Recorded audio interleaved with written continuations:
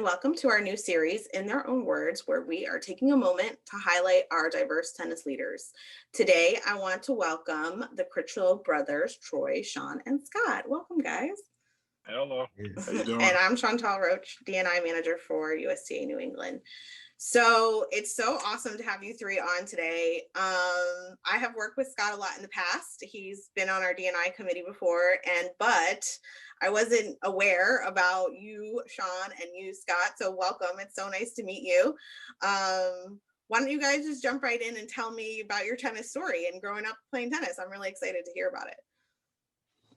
Shaun, I'll let you go ahead. You guys go first. All right. Yeah, like I grew up and playing since the age of 5. I grew up playing at the Sportsman tennis club. And from there, I just got into the USTA, ATA as well.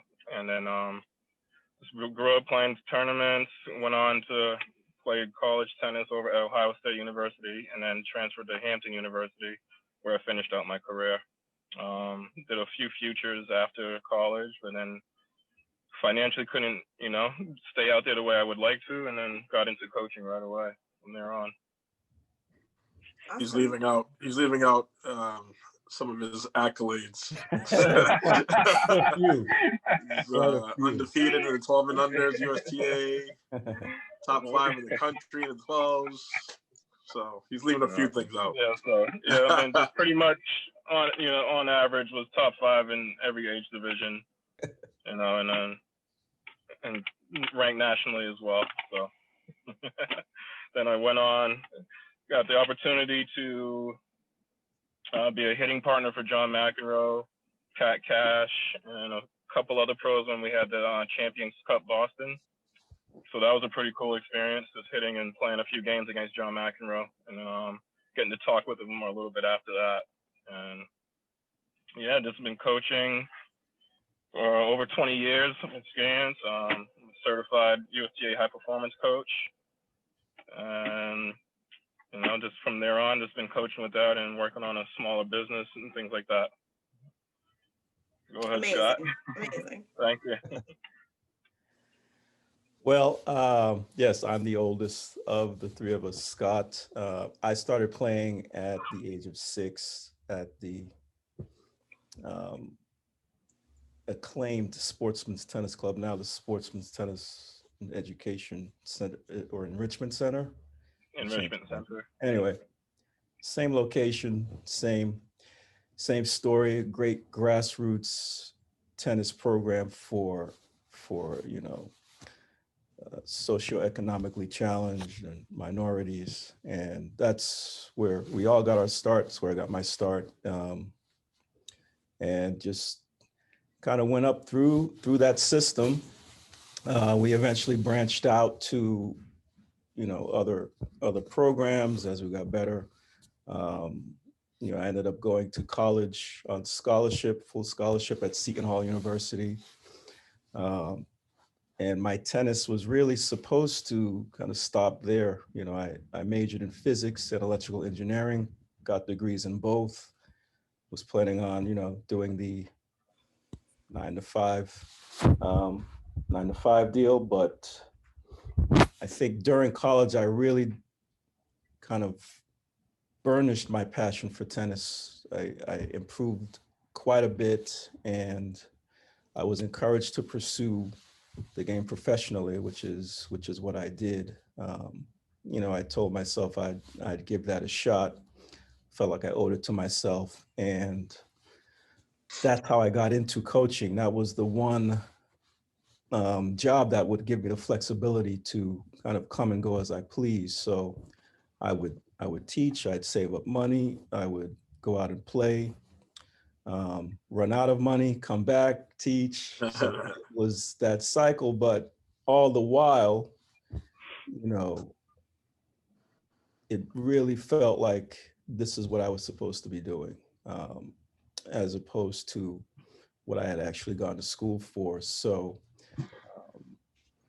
that kind of propelled me to where I am now. And, didn't quite work out at the professional level as a player, but all of my trials and tribulations have enhanced my coaching abilities, and I've been able to give back to the game in that way. The game has been, very good to me over the years. I've done loads of traveling, seen the world, been to, you name it, all over Europe, Asia, um, Caribbean, just from this wonderful game of tennis. So I'm now based in Los Angeles, California, where I run a junior program. I run a high performance academy. I work with, professional players. At a time, I was actually supposed to be in France as we speak, but with the COVID situation, it's very tough to get into the country on non-essential travel. So I may be going next week, but we'll see. But yeah, that's kind of my story, and we all three of us want our stories to continue, and that's our goal. So yeah, so as you can see, I grew up pretty much, my decisions were made for me based on the preceding two brothers. But I loved the game before I even played it, because I watched two of the best players, and sorry, more than that. At Sportsman, I grew up watching some of the nation's best players. My brothers, Ry Tarpley and Charles Hardis and Timmy Solomon, and those guys. I sent you a picture, but those guys ended up going to Russia in 1989, I think it was. Yeah, I think I was 8. I was still 8. The Soviet Union back then. Yeah, I was 8 at the time. I think I was on the cusp of going. I was just too young, but seeing them, go to see the other part of the world that I could never imagine, inspired me tremendously to really get even better, and it really put me in a place where, I'm looking up to legends constantly, and I want to be that. So from 3 years old, I felt like I had a really good base walking on the court, because I was really visual learning wise, and I was seeing things done correctly. So I tell people I don't remember stepping on court and not knowing how to hit a forehand or a backhand. So I, just having them as a drawing board, it was really, really helpful for me. And the passion was strong with me. I'm very competitive, and grew up, similar to Shaun and Scott, both, top 5 throughout my junior career in the section. Had a few injuries, actually. At 12, I missed a year, and then at 15, I missed another year with some broken limbs. But but it was funny, like, those breaks were good for me, because I feel like, it was getting to a point where I was burning out a little bit. But those breaks kind of really reinvigorated my passion. And then, went on to play nationals. I used to, follow Shaun along at all his national tournaments, Istanbul, all kinds of zones, all that stuff. And then I started playing in those events, and it, again, started really feel good about the game and feel good about where it could take me. Then I went on to play at Georgetown. Played high school at Milton Academy. We had moved to Milton later in our childhood, and then after that, I jumped right into coaching. Same thing with Scott. Like, I realized in college that tennis was what my passion was, and jumped into coaching. Had a great opportunity to coach on the tour with my good friend James Sertani, and that's who Scott's working with currently.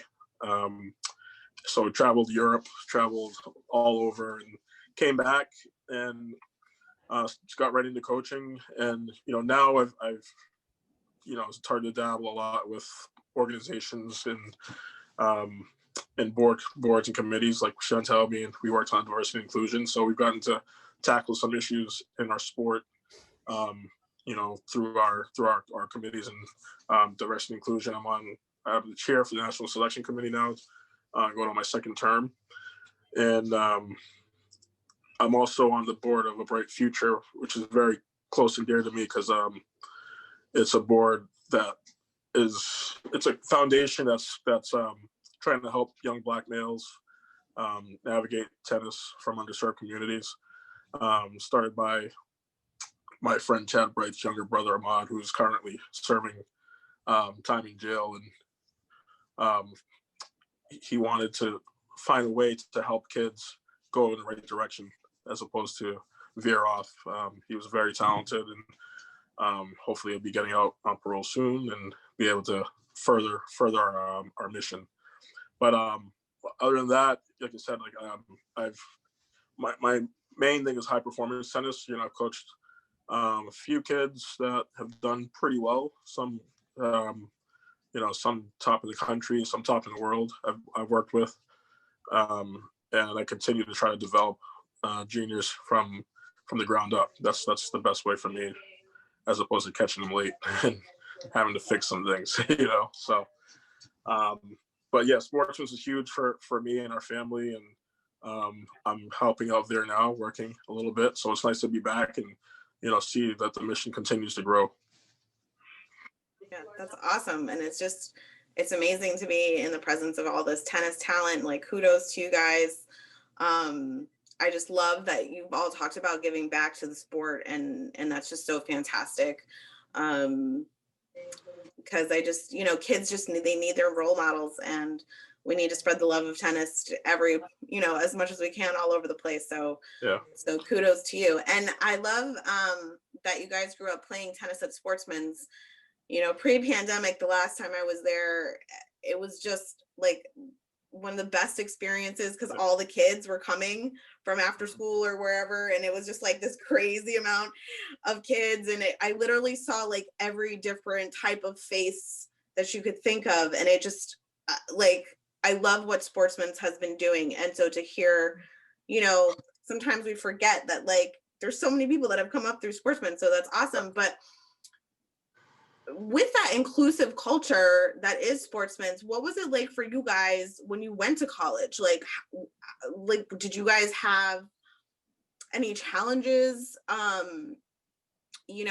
far as did people second guess your game? Do you have any stories to share there about, your tennis experience after Sportsman's? Well, I'll speak first. I think a common theme throughout all of this that has happened, the awareness as to what's been going on for years, but it's obviously been under a huge microscope lately. But the common theme with all of this injustice, et cetera, is that sports in general are a great unifier. And I feel like, in my experience, tennis was that when I got to college. The only concern was, could I play? And right away, they saw my abilities, and they welcomed me in. I mean, obviously, the dynamic on a college team is you're a team, but guys have their spots, so they want to protect their spots. So there is that dynamic, but I would say, on balance, they're recognizing ability first. It's not about the, this person of this race. We don't want them to be part of our squad, so to speak. So I think tennis does follow suit with respect to athletics in general, being, a great unifier that society can kind of take or follow the example of, rather. So, that was my experience in college. Now, the college itself was pretty diverse, so that obviously helps things. And I have heard, contrasting stories from other places. So, as far as my personal experience, that's how it was. Yeah, I agree. That's the thing about tennis is it's individual. So, other sports, you might find ways to keep people down that are deserving. But it's tougher in our game on the court. Off court, like I said, we grew up at Sportsman's where, we had, a Black owner, we had Black directors, we had Black coaches. We had so we always felt like tennis could be a career. That's not the case in a lot of other places. But, just like I said, being in that atmosphere, and outside of it, like when you start to work at other clubs, some people are like, oh, he's only gonna be a coach. That guy can only be a coach. But, I think we're starting to break some barriers there. But I definitely see it in other areas where if you go to a place and you're Black and you're a coach, like you're probably not going to move up to be anything else, director or anything like that. So that's where I think we see some of the inclusion issues in that aspect. Yeah, same goes for me. Pretty much once they recognize you could play, you can hit the ball, all that other stuff kind of went out the window. It was more off the court issues that you may have or come across with certain people, maybe whether it's a teammate or just people in general that you're in that tennis community, and especially when it comes to placement in jobs and trying to move up the ladder, so to speak, in certain areas or certain clubs. You get kind of squeezed out, so to say. And Shaun, you were at Ohio State, and then you went to Hampton. So there were two different dynamics there, right? Right. So the two different dynamics there, like again, like Troy was saying, growing up in a predominantly Black tennis club with Black coaches, owners, and things like that. And then once we started moving and playing at other clubs, being around majority white people, and going to Ohio State, not necessarily me having those personal experiences, but only with the white and Black issues, but encountering it, I got it from a teammate and happened to be the team captain my freshman year, where the N-word was dropped. And so it wasn't directed exactly towards me, but I was in the area and I heard it.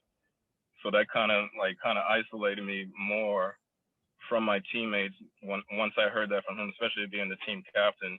So it kind of pushed me away a little bit in that regard. And then having, a fallout with the coach. So it made my transition and pushed me, to want to transfer a lot easier, so to say. I mean, other than that, the school was great, but then transferring over to Hampton University and then being around still, even though I'm at a historically Black college university, majority of my teammates were foreign, so they weren't, they came from like Czech Republic, Brazil, South Korea, and all over. So it was just maybe me and like maybe 3 or 4 other Black kids on that team.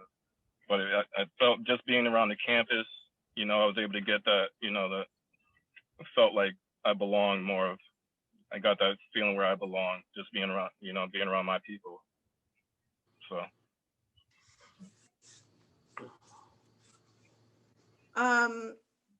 And thank you for sharing.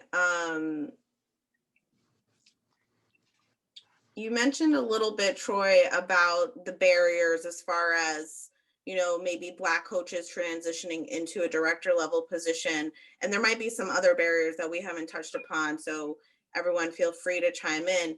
But what, in your opinion, how do we tackle this? How do we, I know a little bit, we have a little inside knowledge on this, Troy, but, for our audience, what do you guys recommend as far as tackling these tough issues of, I know we're discussing this now. So, that's step one, getting it out in the open that, Black people do face, specific challenges within our sport.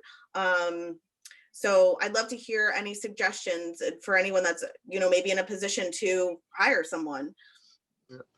Yeah, I mean, Chantal's got some insight into what we, an initiative that we're trying to get kicked off with our diversity and inclusion board is, requiring these clubs to interview multiracial candidates and women, because there's a lot of things that open up and there's no process, and it's kind of an inside situation where someone gets hired right away and people aren't even thought of. Something to do was, we thought about was like a Rooney Rule, like they have in NFL, but you can see that these teams are finding ways around that.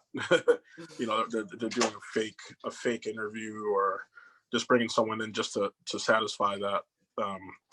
But we really need, to, for one, make sure that we get our coaches in the position to do it, prepared wise, and getting the knowledge needed to take on those roles, and then making sure that they're getting these interviews and that they're getting their foot in the door. So that's one initiative that we're working on. I don't know if Shaun, you have other things you might want to add? Well, my take is, and obviously this, there's a issue of practicality, but I'm a firm believer in, we have to kind of take things into our own hands. We have to be the gatekeepers, as opposed to constantly looking to those gatekeepers to kind of let us in. Yep. The situation out here in Southern California is such that, it gives you a little bit more freedom to be kind of independent and do your own thing, which, I've created my own company and gone about it that way. Obviously, that's not the case everywhere, but I think we need to look in that direction more. We have to start, looking for grants to open up our own clubs and tackle it that way, because as Troy alluded to, that Rooney Rule, it's a great, the spirit of it is great, the intention is great, but you see they're circumventing it constantly, which is a problem. And I feel like you can, put all of these stopgaps in place, but at the end of the day, people are going to take care of who they want to take care of. So I think we have to kind of grab the bull by the horns and be a bit more independent in that respect. It's obviously, tough to execute, but I know Troy is looking into that aspect as well, where he is, and he's kind of, he was corporate for a while, and now he's doing his own thing. So I think we need more of that. Freedom is good. Freedom is good. Absolutely. So that's my take on it. Yeah, I mean, my brothers were spot on with everything. It's just more, we're in a time now where we can start creating our own things. It's just, being up in the Northeast, it's just hard to find land, to where we can get that ball rolling as far as, building and starting our own club and things like that. But right, instead of waiting for people to accept us, we got to start just going ahead and doing our own thing and creating our own stuff and bringing the right people in who are really willing to jump on board and go with where our dreams and goals are. Yeah, and I do feel that, we have great new leadership at USTA National. We have great leadership that cares about diversity and inclusion at USTA New England. And I know USTA SoCal also has great leadership there. So, I do want to just reiterate that we are here to help and support, in whatever way we can. And Scott, if you need help getting in touch with someone in SoCal, I'm happy to do anything to support that. But I agree. I mean, we also just need more tennis. Like, we need more kids playing tennis, and so again, anything we can do to help assist, it's our pleasure to do so. So we'll do one more question. You guys are all working with youth, and I think today, with just the predominance of social media, and Scott, like you mentioned earlier, we are under this microscope now of racial injustice. So how do you guys, and I know it depends on age level, but how do you guys keep your kids, you know, focused on the game? You know, like what is your message to keep them motivated? Because times have been really hard, and then you add the pandemic on top and it's too much. I need advice too, actually. But what how do you guys really, you know, like what do you say to your kid, like the kids that you coach? For me, it's a constant message. We always, you know, have the end goal in mind. You know, there's always going to be little hurdles and stopgaps that we've got to get through. But you know, I sit down with each of my kids, you know, right before the school year, and we do our yearly planning. You know, our goal setting, and you know, it's been tough for some of my guys. You know, like, you know, especially the juniors in high school who are not getting that exposure to the college coaches. And you know, I had one of my kids was supposed to play Orange Bowl main draw, but his parents didn't want him to travel because of the pandemic. He's missed the last 2 Easter Bowls, one injury, one because of the pandemic. And those are big opportunities for him to potentially already have a scholarship. But just understanding that things are going to come back around, and just make sure you're ready, you know, like, you know, if restrictions start to get lifted, you know, I don't want you to be in a situation where you thought it was going to take longer. You know, just stay ready. And I, you know, a big thing for me is just checking in on their mental health, which goes, a lot of people forget about that stuff. Like, these kids are going through a lot in terms of, like, you know, and they're not around their friends as much. They're not in school. They're at home, and, you know, they're Zooming all day. And that can be tough on the mind. And like I said, missing opportunities to, you know, they're used to traveling a lot to all these tournaments, and, you know, now they're stuck in Beantown, cold. So just not having the opportunities to be out in Southern California with the palm trees, and like some people. You know, it's hey man, it can be we tough. just had a day of rain, man. We're about to get Darn. 12 inches, man. We're about to get a foot That was today. a tough day. I think again, like, checking in on their mental health is really important, and, you know, just being there for them, you know, outside of tennis. Yeah, I would, go ahead. Yeah, I was just gonna say, just reiterating that, I mean, there's not much we can do. You can't go outside and really go anywhere. So every moment they get on the tennis court, they just got to cherish it, and then just work hard, and, you know, and have fun while doing it, because just hopefully this will be over with soon, where things will open back up and we can go back to life being normal again. But yeah, I just told them to take advantage of every moment they're out here, because once things do open up and you start getting those opportunities to go places, you have to make sure you're ready and take advantage of the moment, you know, so to speak. But yeah, I usually use the Tom Brady analogy. Like, you know, like, he was ready when Drew got hurt. He was ready, and he took advantage. Yeah. You know, so, and he was in limbo as a backup quarterback. You're in limbo. You never know when you're going to play. You never know when, you know, it's going to be your opportunity. But be ready. So, right. Yeah, I mean, I would just piggyback off of that. I mean, you know, as coaches, we're constantly looking for teaching moments, right? And this is like the ultimate teaching moment in terms of, you know, patience and perseverance and gratitude. You know, just despite the situation, you have to practice gratitude daily. And like they said, be ready for when things do open up. I mean, it's kind of like everybody's on timeout, but some people are going to maximize that timeout and some are not. You want to be, you know, on the right side of that. It's challenging, as Troy alluded to. I mean, I have a junior in high school as well. You know, this is prime time, you know, where they've got to get that exposure to college coaches, and not able to do it through USTA channel.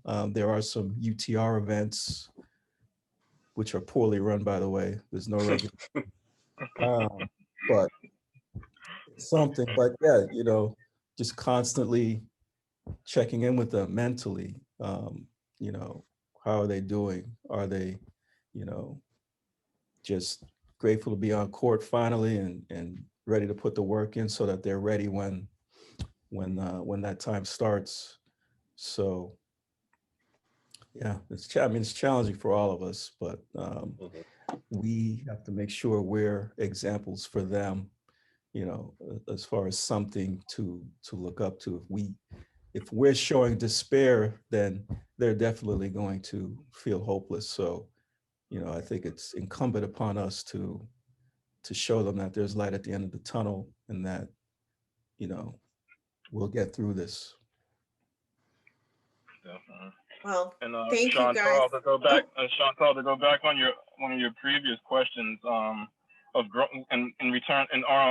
in terms of growing the sport, I think you're starting to see more and more African Americans, especially females, coming along more so than the males. But and that's just due to the Williams sisters, of course, and them helping grow in the games and things like that. So I think it's coming along, like obviously not as much as it should be, because I mean, once we do pick up a racket, you can tell just from us three alone that there is talent there and potential where we start seeing a lot more of our faces out there. So I think once the extent of the sport has a major thing to do with it, but if we can just somehow come up with some creative pitch or way to get more, you know, Black males to see it and see the sport, try it out, and learn to have a love for it, I think,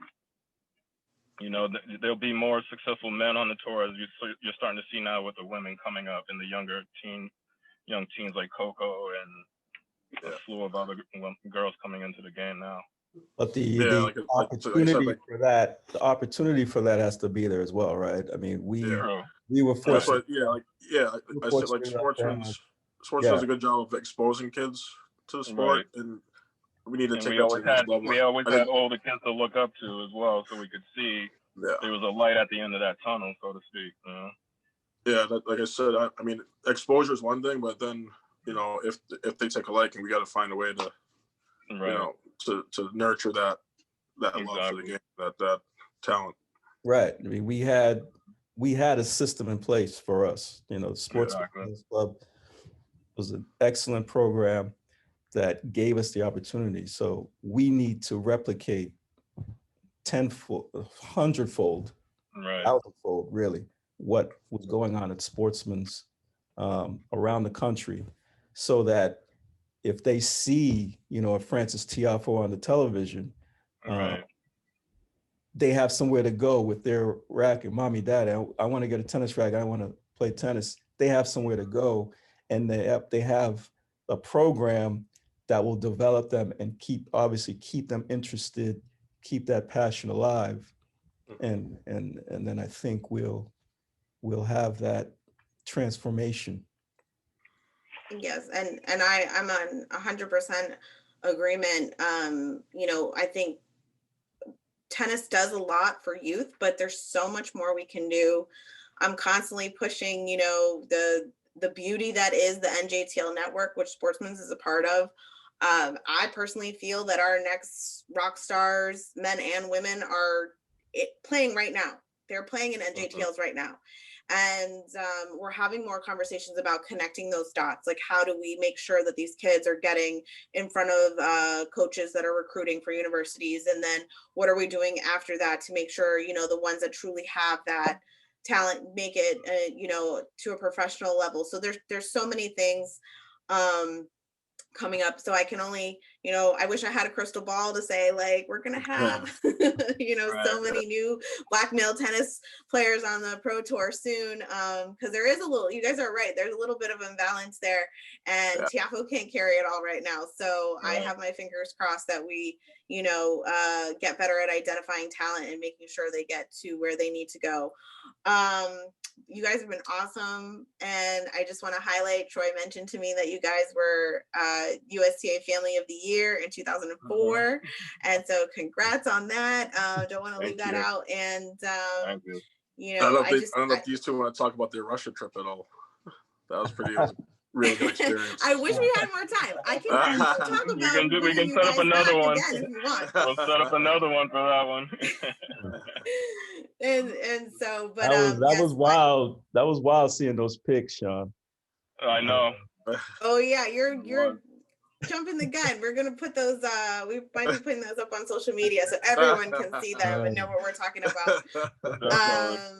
But you guys are awesome. Thank you for everything that you guys do for the sport of tennis. Scott, we're gonna forgive you for being in California, and Listen, it's cloudy right now. It's cloudy. Darn, it's not snowing or anything here. It's not 72 sunny, you know. So you guys keep up the good work. You know where to find me when you guys open that club up. So yeah, definitely. I'm waiting for it. And but we'll talk soon. And thank you guys again for your time. Thank you. Thank you, Chantal. All right. Be in touch.